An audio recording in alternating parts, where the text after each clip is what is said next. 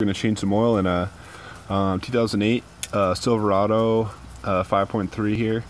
I've got my 5W30 synthetic. I'm using a higher mileage Pennzoil Platinum, but I've got my containers for catching the oil. Got my oil funnel.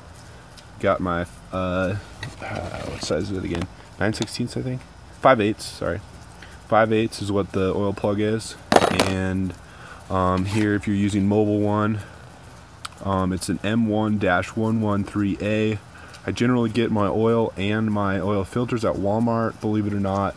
It's the same brand name you'll get at any other place, Napa, O'Reilly's, or any place like that. It tends to actually be cheaper unless there's some sale going on.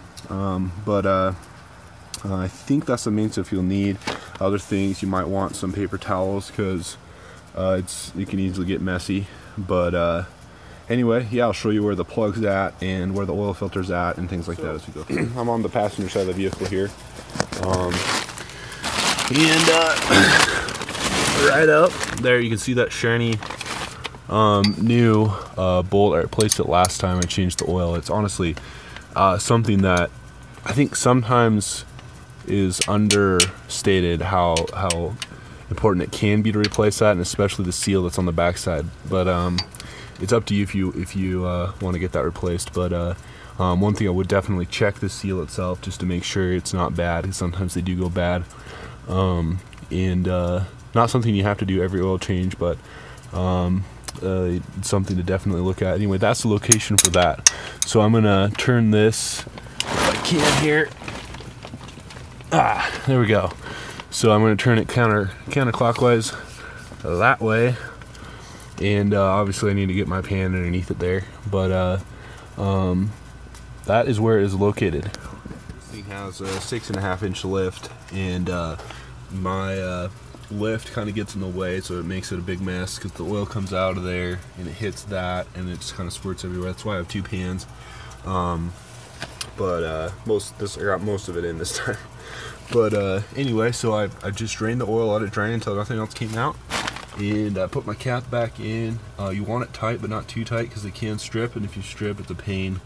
There are things you can do to fix that, but just be careful. So yeah, so now I'll show you where the oil filters are. I had to use two hands, but got it started there. You can see the oil dripping down. It's going into my container like it should, right down there. Yeah, so it's kind of a messy job.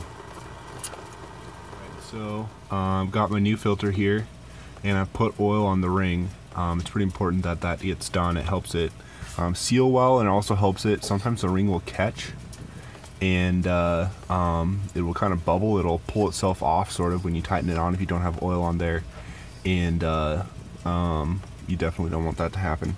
So yeah, put some oil on your ring and screw it back on. Screw this back on. I basically screw it till it gets tight, till I can feel it hit, and then I screw it a little farther, maybe half. We got the oil bolt back in there, and then we got the oil filter back on, the new one on. So now it's time to put the oil in, and the big cap that says oil is what we're gonna have to take off here, like that.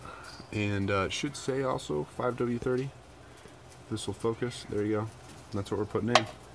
So generally I would recommend putting in synthetic oil, but if you have good reasons for not, then go for it. But yeah, I'm putting in, I got my two 5-quart bottles there, or jugs there of oil, and I'm gonna put one in and check. I just emptied one of the 5-quart jugs in there, and this thing holds, according to GM, this is the 5.3 liter. This is on a 2008 Silverado. The 5.3 liter holds 5.5. I end up generally putting a little bit more, but let's measure this and see what we got. All right, so let's see where we're at.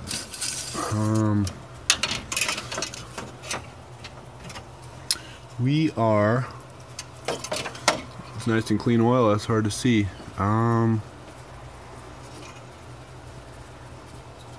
Wow, I'm really having a hard time.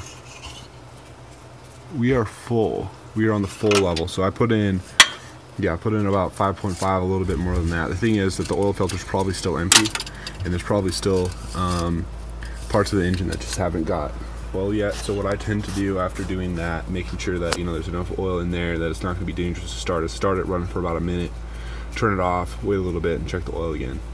But really, it should be set right there. And another thing I always do is just I'll probably drive this tomorrow, and then after it sits, I'm going to check the oil again, just make sure I don't have any oil leaks or anything like that, and it's still a good level. You know, I also look underneath, check the oil filter, check the oil plug, make sure there's no new oil underneath the rig, just to make sure that those things have sealed like they should. But really, that's all there is to it. Anyway, if there's any questions, let me know. I'll try to answer. I try to respond to all comments. Thanks for watching. Hopefully this was helpful.